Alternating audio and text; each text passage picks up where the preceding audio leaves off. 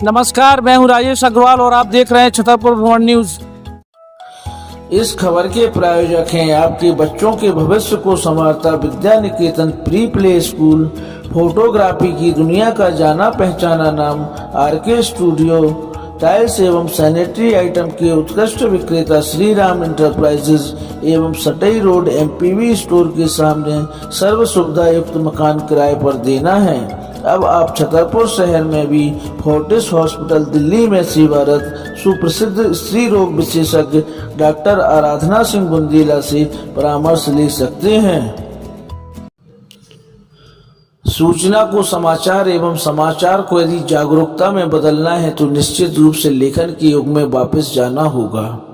भाषा, वर्तनी, लिपि एवं प्रस्तुति की ताकत ही आपको एक समृद्ध पत्रकारिता की ओर ले जा सकती है।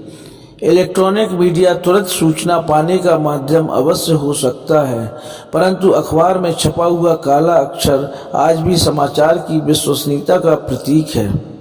इस प्रकार के अनेकों विचार छतरपुर में पत्रकारिता के रूप में अपनी तरुणाई व्यतीत करने वाले वरिष्ठ पत्रकार एवं national book trust of India के उप संपादक के रूप में हाल ही में सेवानिवृत्त हुए पंकज चतुर्वेदी जी ने छतरपुर भ्रमण न्यूज से एक विशेष बातचीत के दौरान व्यक्त किए। श्री चतुर्वेदी एक ऐसे व्यक्तित्व हैं जिन्होंने अपनी पत्रकारिता को केंद्र बिंदु बनाते हुए राष्ट्रीय स्तर तक पहचान स्थापित की है। इनके द्वारा लिखे हुए आलेख देश के अनेकों राष्ट्रीय समाचार पत्रों में आज भी नियमित रूप से प्रकाशित हो रहे हैं। श्री चतुर्वेदी को विगत दिनों पत्रकारिता को ऊंचाइयां प्रदान कराने के लिए बुंदेली माटी के कर्मठ होने के नाते छतरपुर स्थापना दिवस पर सम्मानित किया गया। एक छोटी सी मुलाकात में हमने श्री चतुर्वेदी से पत्रकारिता के बदले हुए स्वरूप पर कुछ चर्चा की। आइए सुनते हैं क्या नजरिया है श्री चतुर्वेदी का पत्रकारिता के बदले हुए परिवेश के बारे में। छतरपुर भ्रमण न्यूज और आपकी कर्मभूमि छतरपुर में आपका बहुत बहुत हार्दिक अभिनंदन है। जैसा कि मुझे ज्ञात है कि आज आप छतरपुर की स्थापना वर्ष पर यहाँ पर बुंदेलखंड महाराजा छत्रसाल स्मारक ट्रस्ट द्वारा आयोजित कार्यक्रम में सम्मान लेने यहाँ पर आए हुए हैं। तो पहले तो सर्वप्रथम मैं यह जानना चाहूँगा कि चूँकि आपका छतरपुर में पूरा कर्मस्थली रही है और अच्छा खासा आपने यहाँ पर समय बिताया हुआ है, तो आपको आज कैसा महसूस हो रहा है? आपके मन में क्या भाव आ रहे हैं सबसे? मुझे छतरपुर छोड़े हुए 30 साल हो गए और उससे 30 साल पहले हम लोग यहाँ पर पत्रकारिता में एक छोटे समूह के रूप में काम कर रहे थे, क्योंकि हमको ऐसी विरासत मिली थी राजेश बादल, विभूति शर्मा, चिनोराग पटेरिया थी कि जिसके अंदर पत्रकारिता का मतलब था संघर्ष और जन सरोकार। उस काम को जब हम लोग करते थे तो हमने कभी ये नहीं सोचा था कि हमें कोई सम्मानित करे या अपमानित करे या कोई रिकॉग्नाइज करे ना। उस समय शहर होता था कि शहर हमारा है और हम शहर के हैं, यहाँ जो भी करना है तो अच्छे के लिए करना है। जब यहाँ से बाहर निकल के गए और हमने पीछे पलट के देखा तो देखा कि जो छतरपुर की धरती पर हमने संघर्ष किया, अपने सीनियर्स जो हैं उस समय श्याम सेठ थे, सुरेंद्र थे, ओम अग्रवाल थे, इन सब लोगों से जो सीखा है वो हमारे जीवन में कितना अधिक काम आ रहा है। क्योंकि दिल्ली शहरी के महानगर में जो लोग पत्रकारिता करते हैं, लेखन करते हैं, उनके लिए फील्ड या संघर्ष बहुत कम होता है, जबकि हम लोग यहाँ पर न्यूनतम सुविधाओं में केवल ज़मीन पे काम करके निकले थे। तो जो पिछले 30 साल में हमने जो भी कुछ वहाँ पर भी काम किया, जो कुछ किया, तो हर समय छतरपुर और बुंदेलखंड साथ में रहा। जब इतने साल बाद में इस शहर की स्थापना करने वाले महाबली महाछत्रसाल जो विश्व विख्यात हैं, उनकी जो स्मारक है और उसका स्थापना दिवस है, उस पर जब कोई बोलता है कि आपको सम्मानित करने को बुला रहे हैं, तो वो वास्तव में मेरा व्यक्तिगत सम्मान नहीं होता है। मेरे साथ जिन लोगों ने मुझे सिखाया, जिन लोगों ने के साथ हमने संघर्ष किया, जिन लोगों के सरोकारों के लिए हम उस समय लड़ रहे थे और आज भी काम कर रहे हैं, वो उन लोगों का सम्मान होता है। जाहिर है कि हम अपने घर में सब लोग कहते हैं घर का जोगी जोगना आन गाँव का सिद्ध, लेकिन हमारे यहाँ जब अपने घर में अपने ही लोग आपको चिन्हांकित करते हैं और इस लायक मानते हैं कि आपको सार्वजनिक रूप से बताया जाए कि भाई ये लोग छतरपुर से निकले और इन्होंने कुछ किया, तो निश्चित ही मुझे लगता है कि ये जो सम्मान है मेरे सरीके लोगों के लिए तो नोबेल अवार्ड से बड़ा नहीं है। मेरे को इतने सारे राष्ट्रीय सम्मान लेखन के मिले, लेकिन मुझे लगता है कि आज का दिन मेरे लिए बहुत ज़्यादा विशिष्ट है, क्योंकि मेरे अपने लोग ये के बीच में मैं खड़ा रहूँगा आज। थोड़ा सा इस अवसर पर मैं जानना चाहूँगा, आपने क्षेत्रीय स्तर से पत्रकारिता चालू की, फिर पत्रकारिता को आप राष्ट्रीय स्तर तक पहुँचाया और अपनी पत्रकारिता को स्थापित किया, और इसके बाद में national book trust of India में, जहाँ तक मेरी जानकारी है, वाइस एडिटर के रूप में आज इस समय आप कार्यरत हैं। तो यह सफ़र कैसा रहा? इस सफ़र में निश्चित रूप से काफ़ी अवरोध भी आए होंगे, काफ़ी कठिनाइयों का भी सामना करना पड़ा होगा, तो कैसा सफ़र रहा? देखो, जब हम लोग छतरपुर में पत्रकारिता करते थे तो हमारे पास में सुविधाएं नाम पे कुछ भी नहीं होता था। हमारे पास में इवन कोई वाहन नहीं होता था। यदि टू व्हीलर पे जाना है तो श्याम अग्रवाल और राकेश शुक्ला के साथ चुपक के जाते थे, और जीप ओम अग्रवाल के पास हुआ करती थी। भोपाल जाना हो चाहे कहीं जाना हो, लद के जाना है। पैसे की कोई परवाह नहीं रहती थी, क्योंकि ये सब लोग खर्चा किया करते थे। हम लोगों का काम था ज़मीन पे जाना, ज़मीन पे ढूंढना। वो आप सोचो कि उस समय हमने कुपी कसार के जंगलों में जाकर हम झरने ढूंढ रहे थे या तालाब ढूंढ रहे थे, तो ये सब कम्युनिटी का काम था और सब लोग साथ देते थे। जब मुझे याद है कि जब मैं दिल्ली 94 में नेशनल बुक ट्रस्ट में ज्वाइन कर रहा था, तो अनुपम मिश्रा जी ने मुझसे बोला था कि पंकज, याद रखना कि दिल्ली जब तुम आ रहे हो तो तुम कह रहे हो तुम्हारी प्रगति हो रही, वास्तव में कोई प्रगति नहीं हो रही। अभी तक तुमने जो फील्ड में काम किया है वही जीवन में आगे काम आएगा। और ईमानदारी की बात ये कि पिछले 30 सालों में जो नदी तालाब के बारे में जो मैं देख रहा हूँ, लिख रहा हूँ, पढ़ रहा हूँ, मेरी किताबें हैं या जो कुछ भी है, वो उसका जो बेसिक है, वो हमारा जो मूल यहाँ हमने रिसर्च किया था, यहाँ जो शोध किया था, यहाँ जो ज़मीन पे काम किया था, वही है। जहाँ तक संघर्ष रहता है, महानगरों का अपना संघर्ष है। आपको जब हम छतरपुर से निकले थे तो 1 सवा लाख की आबादी थी। हर आदमी को हम पहचानते थे, यहाँ पर हर व्यक्ति के घर में कौन है जानते थे। आप जिस थोड़ा सा बीच में बोला, आज हम देख रहे हैं समाज के साथ में पत्रकारिता का भी दृश्य बदला हुआ है। पहले लेखन पर जोर हुआ करता था, अब इलेक्ट्रॉनिक मीडिया के साथ में सोशल मीडिया के विभिन्न प्लेटफॉर्म्स काम कर रहे हैं। तो ऐसे में ये कहेंगे कि पत्रकारों को लेखन की तुलना में जहाँ तक है कि थोड़ा सा विचार की कमी आई है, तो इस विचारधारा में थोड़ा सा परिवर्तन आना चाहिए। वही लेखनी की आवश्यकता रहनी चाहिए कि नहीं, कि केवल एक आज का जो समय है बहुत त्वरित पत्रकारिता वाला है कि कोई भी घटना होती है तुरंत उसको दिखाया जाए।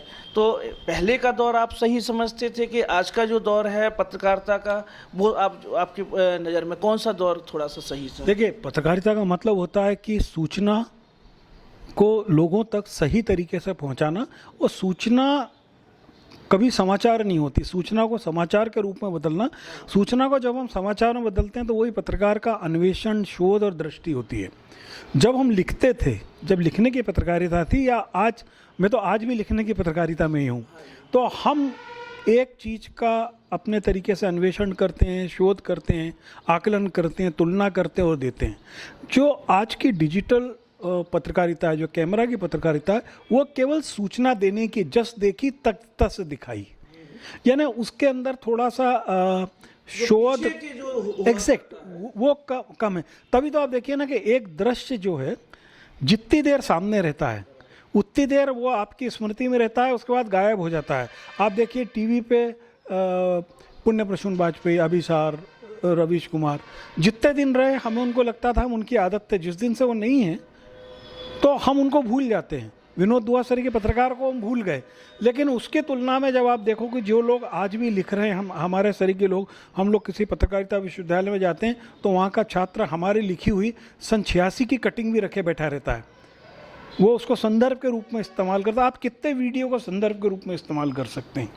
और जब से AI टेक्नोलॉजी आई है, डिजिटल और एडिटिंग टेक्नोलॉजी आई है, तो उस समय के बाद से डिजिटल पत्रकारिता, खासकर कैमरा की पत्रकारिता की विश्वसनीयता पे भी संकट खड़ा हुआ है कि हम क्या दिखा रहे हैं, वो उसके कितने कट हैं, उसके बियॉन्ड द स्टोरीज क्या है। इसलिए आप देखिए कि अब धीमे धीमे ये जो पत्रकारिता है टेरेस्ट्रियल मीडिया से उतर के अब यूट्यूब मीडिया पर आ गई है। और यूट्यूब मीडिया के बाद भी आप देखिए कि इसका बड़ा हिस्सा एक मनोरंजन के लिए इसको इस्तेमाल कर रहा है, या अपने स्वार्थ की स्थिति के लिए कि मुझको ये क्लिप का एक हिस्सा पसंद आया तो मैंने उसको लिया और उसको प्रचारित कर दिया।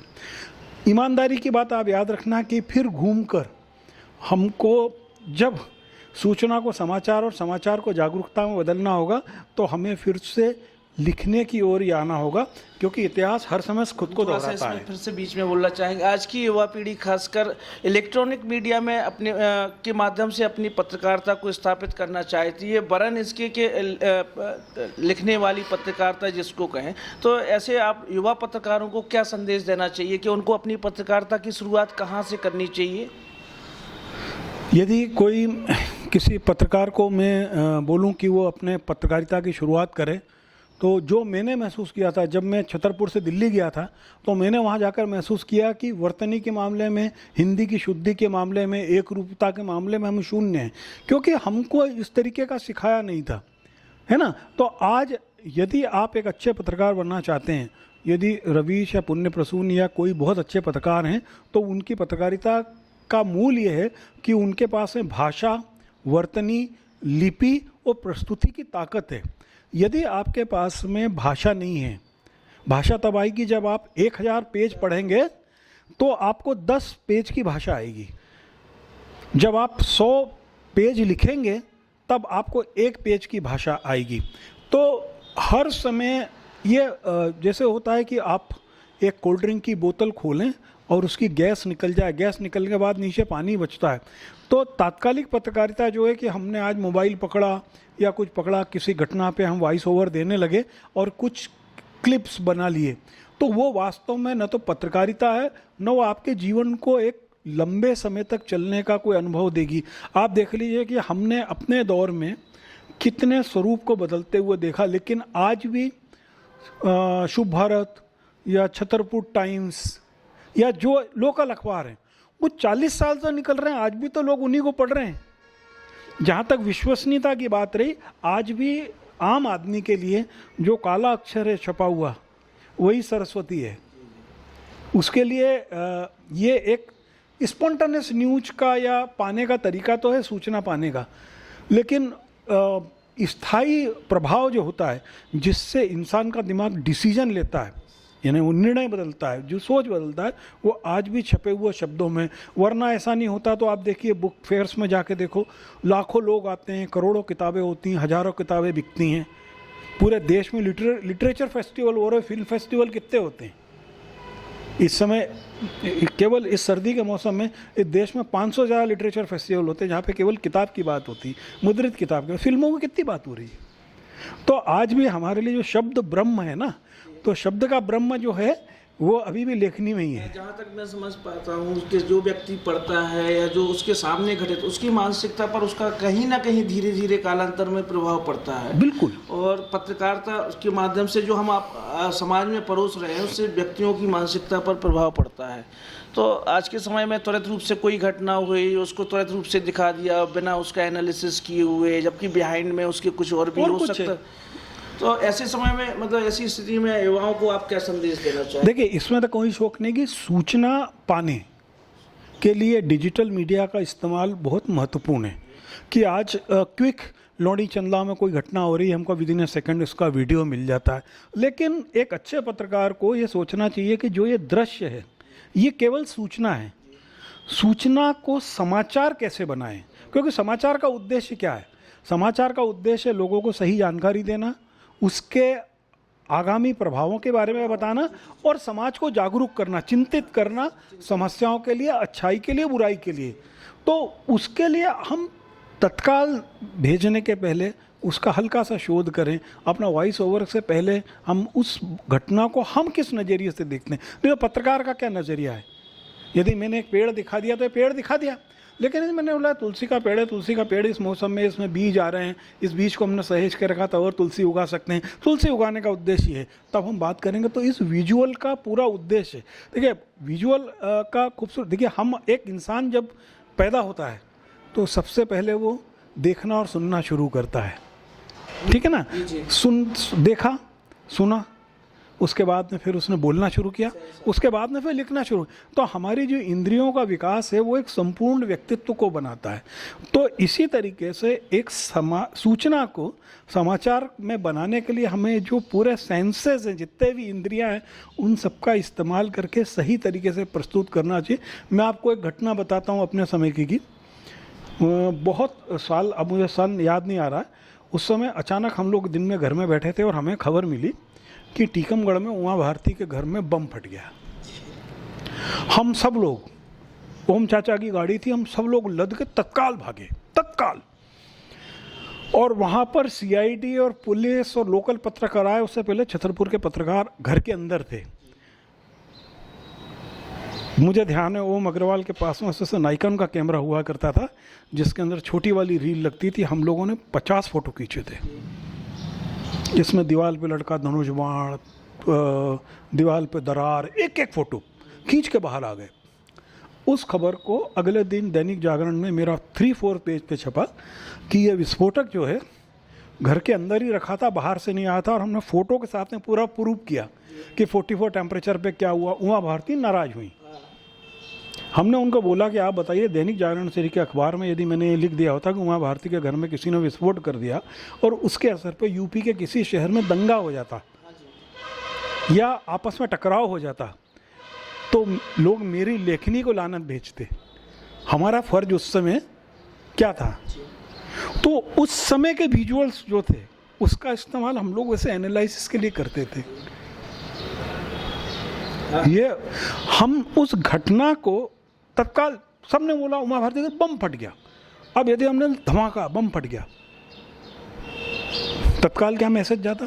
लेकिन हमारा उद्देश्य था कि लोगों को सही जानकारी दे, टेक्निकली बताएं। हमने उसके अंदर मोडी टेलर का जो किताब होता है, क्रिमिनोलॉजी, पेनोलॉजी, फॉरेंसिक साइंस क्या कहता है, एक्सप्लोसिव का, सब इंस्पेक्टर लेवल के लोगों से बातचीत किया। यहाँ पर सब पढ़े हुए लेके आते, वो तो जब थानों में जाते हैं तो उनकी पढ़ाई लिखाई खत्म हो जाती है।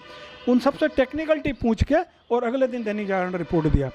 तो ये उस समय का दौर भी था कि जब हम लोग विजुअल के सरे, वहाँ कोई बोलने वाला नहीं था, उमा भारती घर में कोई भी नहीं था, कोई आपको सूचना देने वाला नहीं था। आपने जो देखा वही आपकी सूचना है और उसका जो एनालिसिस है वही आपकी पत्रकारिता है। तो आज का तारीख में भी हम चाहते हैं कि जो यंग बच्चे हैं ढेर सारा पढ़ें, रेफरेंसेस को पढ़ना शुरू करें, अतीत में पलट के देखें। अभी एक बच्चा आया था, मैं उसको बता रहा था कि छतरपुर में कैसे हम जहाँ पे रहते हैं, हमारे घर के जो पीछे कुआं है उससे पीएचई पानी सप्लाई करता था और हमारे घर को 40 घरों का वाटर सप्लाई उस कुएं से होती थी। और ऐसा छतरपुर के 20 कुएं थे। आज हम क्यों उन कुओं को रिनोवेट करने की बात क्यों नहीं कर रहे हैं? कई अरब की वाटर सप्लाई की योजना तो बना रहे हैं, लेकिन जिस कुएं पे 20,000 रुपये लगा के आप 100 घरों की सप्लाई कर सकते हो और उन 100 घरों की कोऑपरेटिव बना दो, वही उसको मेंटेन करेंगे तो शहर की समस्या दूर हो जाए। हम उस पर नहीं सोच रहे। हमारा ध्यान क्या है? 45,000 करोड़ की सौगात दी, उस 45,000 करोड़ की सौगात में कितना पैसा आ रहा है ये नहीं मालूम पड़ रहा है ना। तो ये जो छोटे माइनर एनालिसिस है। अभी थोड़ी देर पहले एक और बालक आया, वो बोला कि हमने बहुत सारे यहाँ तालाब साफ़ किए। तो बोला आपने तालाब तो साफ़ किए, लेकिन वो साफ़ आपने ऐसा किया कि ऊपर से नल खोला और नीचे से आपने पोंछा लगाया। मैंने बोला आपने उसमें जलकुंभी निकाली। जलकुंभी को बंगाल का शोक कहते हैं। बंगाल सरकार ने किस तरीके से, चूँकि जलकुंभी का क्या किया थी, एक बीज रह गया तो एक रात में 150 बीज बनाता है। तो उस बीज को किस तरीके से ख़त्म किया जाए, यदि वो टेक्नोलॉजी हमारे पास नहीं आती तो हम ऊपर से तो साफ कर रहे हैं, फ़ोटो खींच गया, लेकिन अगले दिन तो हमारे साथ ये रहता है कि हम सब लोग जो हैं कुछ करना चाहते हैं, लेकिन उसके लिए जो लोकल वर्क है, यानी वर्कआउट नहीं करना चाहते हैं। कि हम लोगों ने, जैसे हम लोगों ने अपने समय में पहली बार यहाँ के तालाबों भी लिखना शुरू किया था। कोई यहाँ के तालाबों को पत्रकारिता ही नहीं मानता था। हमने यहाँ के वाटर प्रॉब्लम को लिखना शुरू, कोई मानता ही नहीं था उसको। तो वो यदि ये लोग रेफरेंसेस देखना शुरू करें कि उस समय की क्या पोजीशन थी और आज की क्या पोजीशन है, डेटा क्या कहता है। देखिए, पत्रकारिता कभी किसी के खिलाफ नहीं होती है। अब होता है कि मैंने इसके खिलाफ न्यूज़ छापी। हम किसी के खिलाफ न्यूज़ नहीं छापते, हम किसी के खिलाफ सूचना नहीं देते। हम केवल एक सूचना देते हैं या समाचार देते हैं और व्यक्ति को जागरूक करते हैं। वो किसी के खिलाफ नहीं है। वो दूसरा ऐसा है, मैंने बोला कि अवैध शराब बिक रही है तो वो शराब के ठेकेदार के खिलाफ नहीं है, लेकिन वो समाज के उस हिस्से के पक्ष में है जो शराब पीता है और जिस दिन जहरीली शराब पी लेगा तो मर जाएगा। हमारा जो पत्रकारिता में विद्वेष का हिस्सा जो है, आई एम अगेंस्ट हिम, ये सोच जिस दिन हम यंग जर्नलिस्ट ख़त्म कर देंगे, यानी मैं समाज के लिए लिखना चाहता हूँ, मैं चाहता हूँ ये तालाब पे अतिक्रमण हटे, क्योंकि तालाब पे अतिक्रमण हटेगा हमारी जल समस्या निराकरण होगी, ये होगा, कई चीज़ें, हरियाली बढ़ेगी, पर्यावरण अच्छा होगा। लेकिन जब हम सोचते हैं कि हम यहाँ से इसलिए हटाएं क्योंकि इसका मकान टूट जाए, दो अलग अलग मसले, एक ही पहलू हैं। तो सकारात्मक पत्रकारिता के लिए यहाँ यंग लोगों को ढेर सारा पढ़ना होगा। आप देख लीजिए यहाँ जो यंग पत्रकार हैं उनको आज के 20 अच्छे संपादकों के नाम नहीं, 20 तो ज़्यादा बोल रहा हूँ, 5 के नाम नहीं मालूम होंगे, 10 अच्छी किताब नहीं मालूम होगी। बोलोगे किताब तो रामचरितमानस और प्रेमचंद से ज़्यादा कुछ नहीं जानते हैं लोग। क्यों ऐसा हो रहा है? हम सब लोग इतना सारा, दिल्ली में आप देखो यंग जर्नलिस्ट जो IIMC के बच्चे हैं आकर, जो मेरे वहीं ऑफिस में काम कर रहे हैं, मेरे साथ में मेरी टीम में काम कर रहे हैं। नेशनल बुक ट्रस्ट से मैं दिसंबर में मुक्त होके आऊँ। उसके बाद में मेरा एक न्यूज़ पोर्टल है indiaclimatechange.com, हम पर्यावरण पे केवल हिंदी में मटेरियल को लेके आ रहे हैं। उसमें जो यंग बच्चे काम करते हैं, आप देखो एक छोटी सी न्यूज़ के लिए कितना रिसर्च करेंगे, फिर एक पैरा लिख के लाएंगे। रिसर्च में वो गूगल का इस्तेमाल भी करते हैं, किताबों का इस्तेमाल करते हैं, कई बार करते हैं। जो लोकल यूट्यूब चैनल्स होते हैं ना, उनकी छोटी छोटी क्लिपिंग्स होती हैं, वो बहुत अच्छी सूचना देती हैं। उनकी सूचनाएं बहुत सारे काम आती हैं, नदियों को लेकर, तालाब को लेकर, समाज को लेकर, उनको इस्तेमाल करना। तो ये मैं चाहता हूँ कि छतरपुर की पत्रकारिता का जो भव्य रूप रहा है, हमारे यहाँ पत्रकार को यानी ऐसा माना जाता था कि हम महीनों शहर में निकलते थे और हमारी जेब का 1 रुपया खर्च नहीं होता था। यदि हमने चाह लिया, हमें चाट खाना था, चाट वाला नीचे उतर के बोलता था भैया आप आ गए, हमारे यहाँ बहुत अच्छा है, डर के नहीं, कोई डर नहीं था। वो उनको लगता था यार कि ये लोग हमारे लिए, समाज के लिए कुछ कर रहे हैं। हमारे यहाँ कभी कोई डर नहीं था, हमारे समय पत्रकारिता में कोई ब्लैकमेलिंग नहीं थी, कोई शर्म नहीं थी। तो वो जो हमारे यहाँ का समृद्धता रही है, हमारी खूबसूरती रहती है पत्रकारिता की, उसके कारण थे हम सब लोग ग्राउंड पे बहुत काम करते थे, हम लोग एक दूसरे को बात करते थे। मैं आपको उदाहरण बताऊँ जैसे कैसे होता है कि एक बार हम लोग कलेक्ट्रेट में गए। कलेक्ट्रेट में उस समय नोटिस बोर्ड लगे होते थे, तो नोटिस चिपके होते थे। तो किसी को मिलने का मिला नहीं, तो हम लोग खड़े होकर देख रहे थे, तो वहाँ पे एक लिस्ट लगी थी, ये गाँव वीरान हुए, नोटिफाइड किया हुआ था। वो तो कई दिनों से लगी थी। हम उसको निकाल के ले आए। उन गांव में जाके तो मालूम पड़ा कि वीरान क्यों हुए, तो सिंचाई परियोजना के कारण हुए, पानी के कारण हुए। 12-15 गांव की स्टडी की, वो हमारी इतनी अच्छी रिपोर्ट बनी, नेशनल लेवल पर परिचित हुई, जबकि वो नोट वही सूचना लगी हुई है, हमने और कुछ ज़्यादा नहीं किया है ना। राजन चतुर्वेदी कलेक्टर था, तो वो उस समय उसका बंगला खाली था, तो ये गेस्ट हाउस में रहता था, ये जो है ना हनुमान टोरिया पे। तो उस समय हम अखबार निकालते थे सजग भारत, और हमने एक स्टोरी छापी एक हफ्ते में फर्स्ट पेज पे कि इस हफ्ते राजन चतुर्वेदी ने दिल्ली में किस किस को फ़ोन किए। अब लोग आश्चर्य बोले क्या, कैसे छप गया? हमने कुछ नहीं किया था। गेस्ट हाउस में एक रजिस्टर रखा होता था, उस समय STD बड़ी चीज़ होती थी, तो STD करो तो लिखना पड़ता था किसने किया और कितने नंबर। हम वाला पूरा रजिस्टर नकल कर लाए थे। कोई कैमरे मेरे तो होते नहीं था उस समय कि फ़ोटो खींच लो। बैठा नकल किया, मालूम पड़ा SP साहब वापस गए, तो बैठे चपरासी क्या पता क्या कर रहे हो, रजिस्टर वहीं धरा रहता था, नंबर नोट कर आए। अब सारा शहर में हंगामा कि SP किसको फ़ोन कर रहा है, सबके नंबर सब। तो हमारे सामने सब कुछ होता है, सूचना सामने होती है, उसको समाचार कैसे बनाना है ये आपको आना चाहिए। तो ये हमारे समय की घटना है जिसमें कोई टेक्नोलॉजी नहीं होती थी, साइकिल भी नहीं होती, तो टेक्नोलॉजी क्या होती थी, यही चीज़ है। चलिए बहुत बहुत धन्यवाद। आज की युवा पीढ़ी को आपने पत्रकारिता को कैसे आगे बढ़ाना है, कैसे नए नए आयाम पैदा करना है, हमारी न्यूज़ के माध्यम से उसको संदेश देने की कोशिश की। हमारी न्यूज़ की तरफ से आपको बहुत बहुत धन्यवाद। एक बार पुनः छतरपुर की धरती पर आपको सम्मानित होते हुए हम सभी लोगों को बहुत खुशी हो रही है, इसके लिए बहुत बहुत शुभकामनाएं आपको। थैंक यू, धन्यवाद।